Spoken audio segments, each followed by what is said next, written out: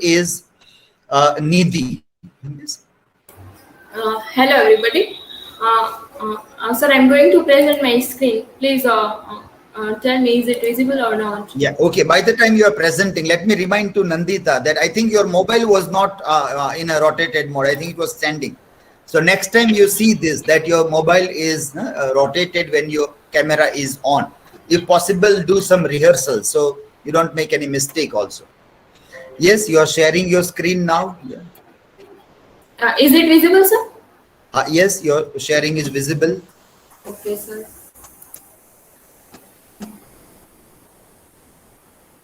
But we are seeing the entire screen. Are you going to make play a presentation from here?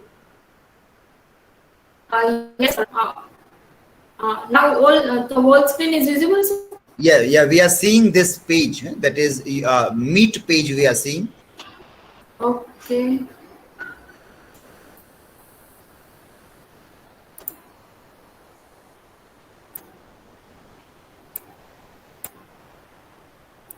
But I don't think you have a presentation slide.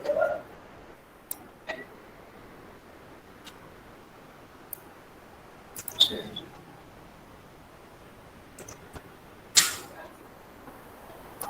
Now is it visible? Yes, My now it is slide? visible. Okay. Yes. Thank you, sir.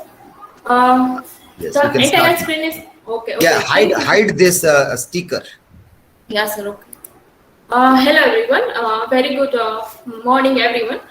Today I am going to present the Shanti Shanti Shanti in the Westland. It is the last line of the our poem, the Westland.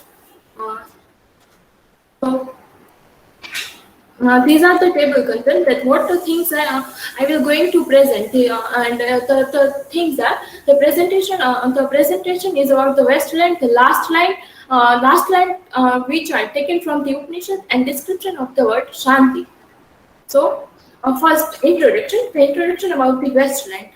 So Westland, the poem which won the Eliot the Nobel Prize in 1948.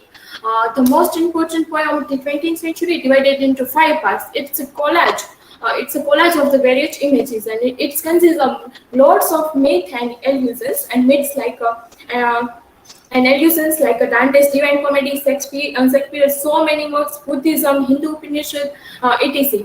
And one of the interesting thing about this poem is it is a modern poem, and it took lots of references.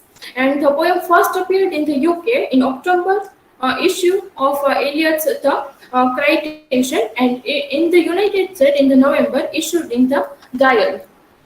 The poem, okay, the Westland is the collage of the various images, and it divided into 5 parts, and 5 parts are the burial of the dead, the game of chess, the fire sermon, the death by water, and the what the thunder say.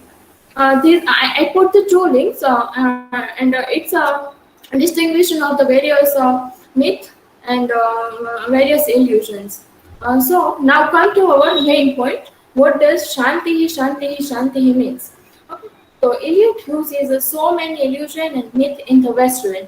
In the final part of the poem, he gives the reference of the Upanishad, and in okay, the Shanti Shanti Shanti, which literally means the inner peace, and the word are uttered at the end of prayer in the Upanishad, a series of the Hindu religious texts.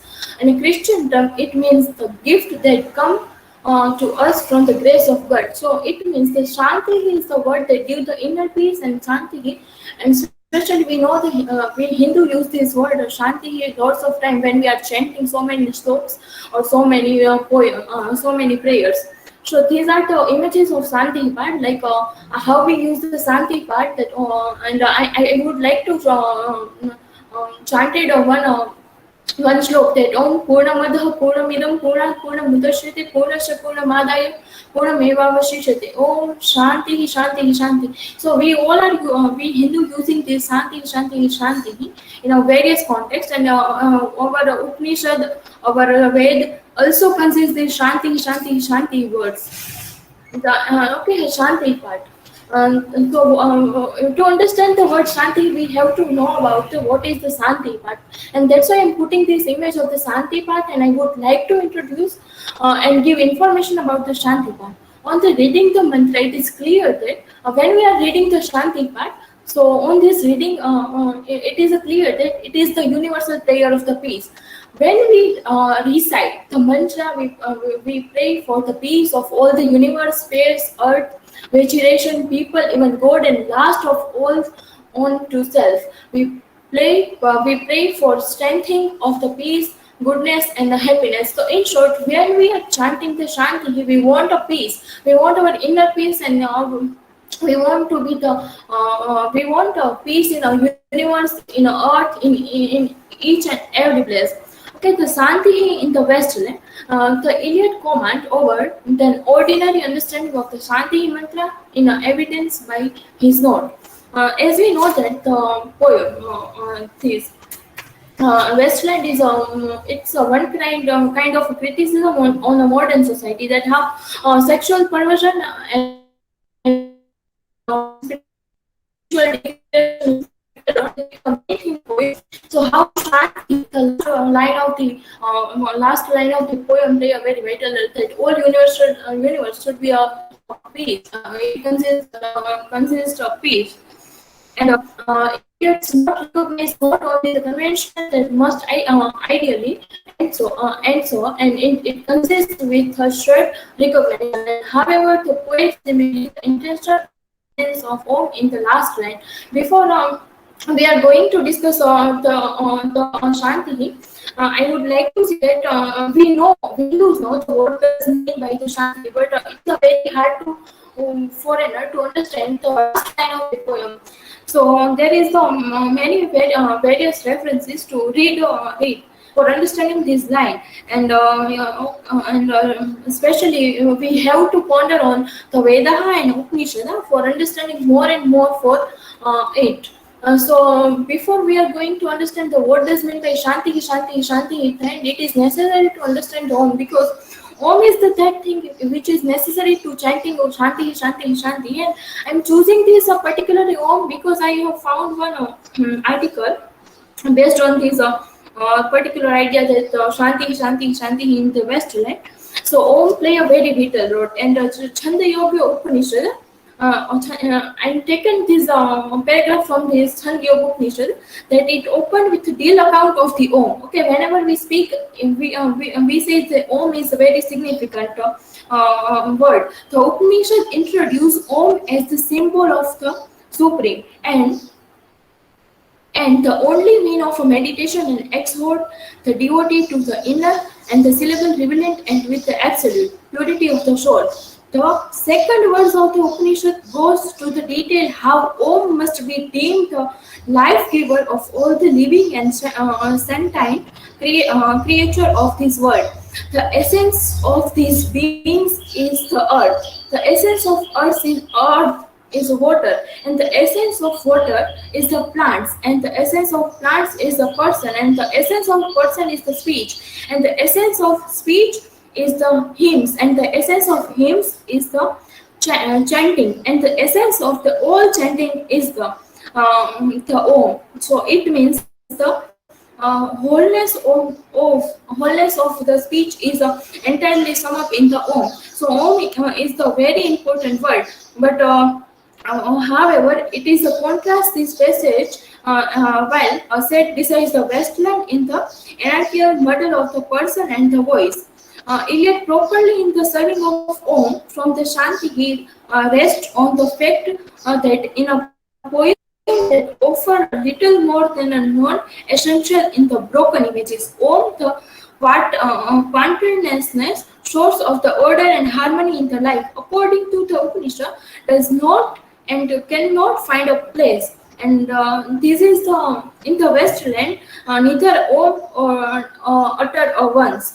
So it is that we can say that there is the no universality or no any essence of the peace in the Westland. So Eliot somewhere don't use this Om in the last line. And the ultimate meaning of the Shanti in the Westland. So it is a very beautiful Shanti, Shanti, we know that the poem is made up with various collages of images, which consist the sexual perversion and spiritual degradation, and there is only the barrenness, only we can say desert life.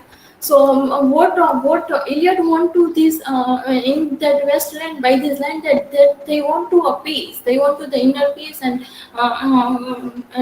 he want to people be a spiritual mode. So Iliad translated Shanti, which incidentally he called the fable in his to the first section of the poem as a piece with a passion. It means all understanding and therefore assumed an omnisciently literary meaning. The vanity of attaining the Shanti in the Westland is, in the other word, compared with the that of the wise man and Judah, whom the Lord rebukes for having healed the heart of the daughter of the people slightly in saying the peace, peace, and where there is the no peace. And we can say that Shanti, Shanti, Shanti. Here it means the peace, peace, peace. And Iliad says that where there is the no peace. So it is the two comparison between the Upanishad and Christian theological theory. So these all are my reference. And thank you. Your references, can you show your references? Okay, sir. Is it visible? No, thank you slide is visible. Now it is visible. Yeah, now it is visible. Yeah.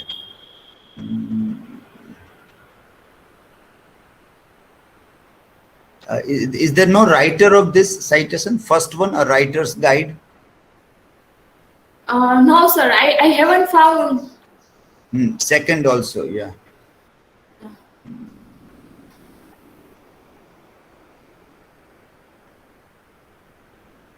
This still citation, these are see number of the 18th, if you see this, or 4th, 5th, they seem to be like a footnote rather than citation. Footnote, yeah, like footnotes. Okay, fine, you can stop sharing. I think you asked one question, I forgot to answer that about Jeremiah's response. Yeah, sir. But I found in a Google, and shall I stop my sharing? Yes, stop presenting. Okay. So I found in Google that it is a myth concerned with a daughter and his father, and Iliad used it at the end, that his ultimate aim is to want a peace in the earth and want spirituality among the people in a Westland. Okay.